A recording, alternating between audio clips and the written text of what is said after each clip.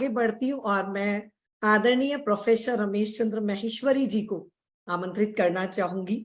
IIT Roorkee से आप engineer हैं, लब्ध प्रतिष्ठित जल वैज्ञानिक हैं और साहित्य, संस्कृति, इतिहास में अत्यंत रुचि होने से एमपी एवं बाहर के कार्यक्रमों के संचालन में आपने प्रसिद्धि प्राप्त की है। शिक्षा एवं इंजीनियरिंग में उपलब्धियों के लिए एमपी के माननीय राज्यपाल एवं मुख्यमंत्री द्वारा आपको सम्मानित किया गया है। और सुनीता जी की पुस्तक से ही एक मुक्तक पढ़ती हूँ और आपको बड़े आदर सम्मान से आमंत्रित करती हूँ।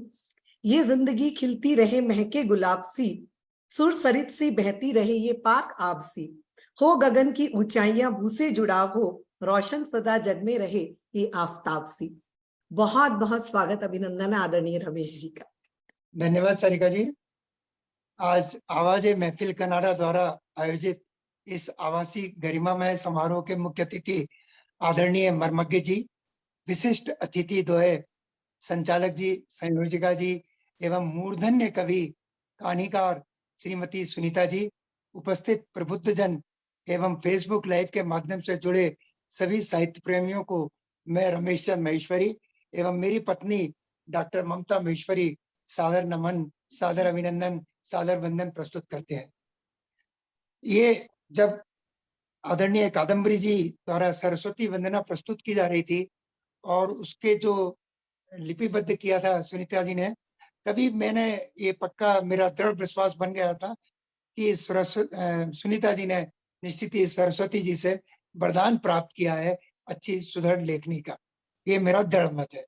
भोर की स्वर्णिम आभा की रचनाकार, अंतरराष्ट्रीय ख्याति प्राप्त कवि श्रीमती सुनीता जी को अपनी ओर से, परिवार एवं स्नेहीजनों की ओर से मैं हार्दिक अभिनंदन एवं शुभकामनाएं प्रेषित करता हूँ।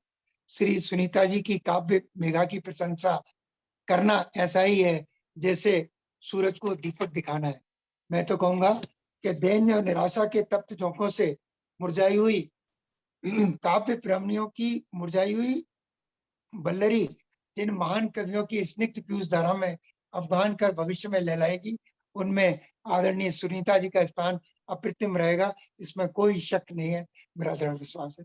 लेकिन इतना मैं अवश्य कहना चाहूंगा कि पूर्व प्रकाशित पुस्तकों की तरह यह संग्रह भी कविता के नव रसों को श्रृंगारित करता हुआ एक पठनीय संग्रह सिद्ध होगा, इसमें कोई शक नहीं है।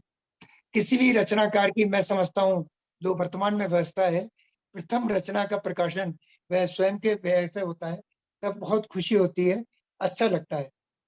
फिर धीरे धीरे जब प्रकाशक कोई किसी रचनाकार की कविता या काव्य संग्रह को या कहानीकार को प्रस्तुत करते हैं, प्रकाशित करते हैं, तो आनंद की अनुभव होती है और प्रेरणा भी मिलती है। फिर किसी रचना पर यदि सरकार पुरस्कृत करती है तो मान सम्मान प्राप्त होता है, और जब शासन की ओर से उस रचनाकार को किसी प्रकाशन के लिए अनुदान प्राप्त होता है तो गौरव अनुभव प्राप्त होता है, गौरव प्राप्त होता है। इसी तरह से उस प्रकाशक को भी ख्याति मिलती है जो उनकी पुस्तक को प्रकाशित करते हैं। आज ये गौरव श्रीमती सुनीता जी को प्राप्त हुआ है, जिसके हम साक्षी बने हैं। मैं इस पुस्तक के प्रकाशन के लिए प्रकाशक को भी बधाई देता हूँ कि आपने पुस्तक का सुंदर स्वरूप पाठकों के सामने प्रस्तुत किया है। इस काव्य संग्रह में जब हम पढ़ते हैं तो हमें भक्ति दिखती है, प्रकृति की रचना दिखती है, शक्ति दिखती है, उन्नति दिखती है, प्रगति दिखती है, और सभी आयामों के दर्शनों को सुनीता जी ने अपनी लेखनी से सजाया है। वर्तमान सामाजिक बुराइयों पर उनका जो कुठारा हाथ है, सटीक उन्होंने वार किया है, इसके लिए वे साधुवाद की पात्र है।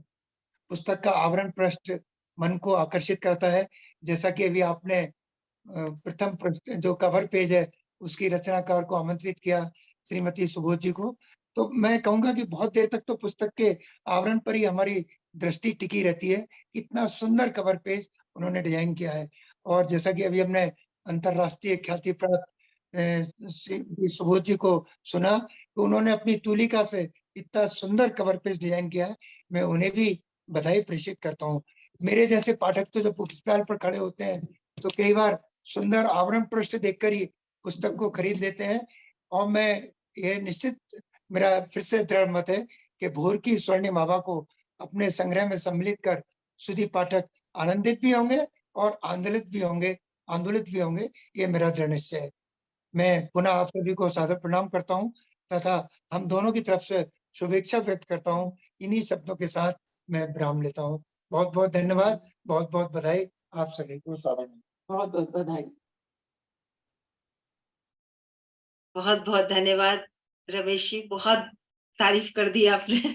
उतने लायक नहीं हो। बहुत आभार रमेश जी आपके सुंदर शब्दों के लिए। आपने अनुग्रहित किया हमें अपनी उपस्थिति से, और दिल से आभार व्यक्त करती हूँ।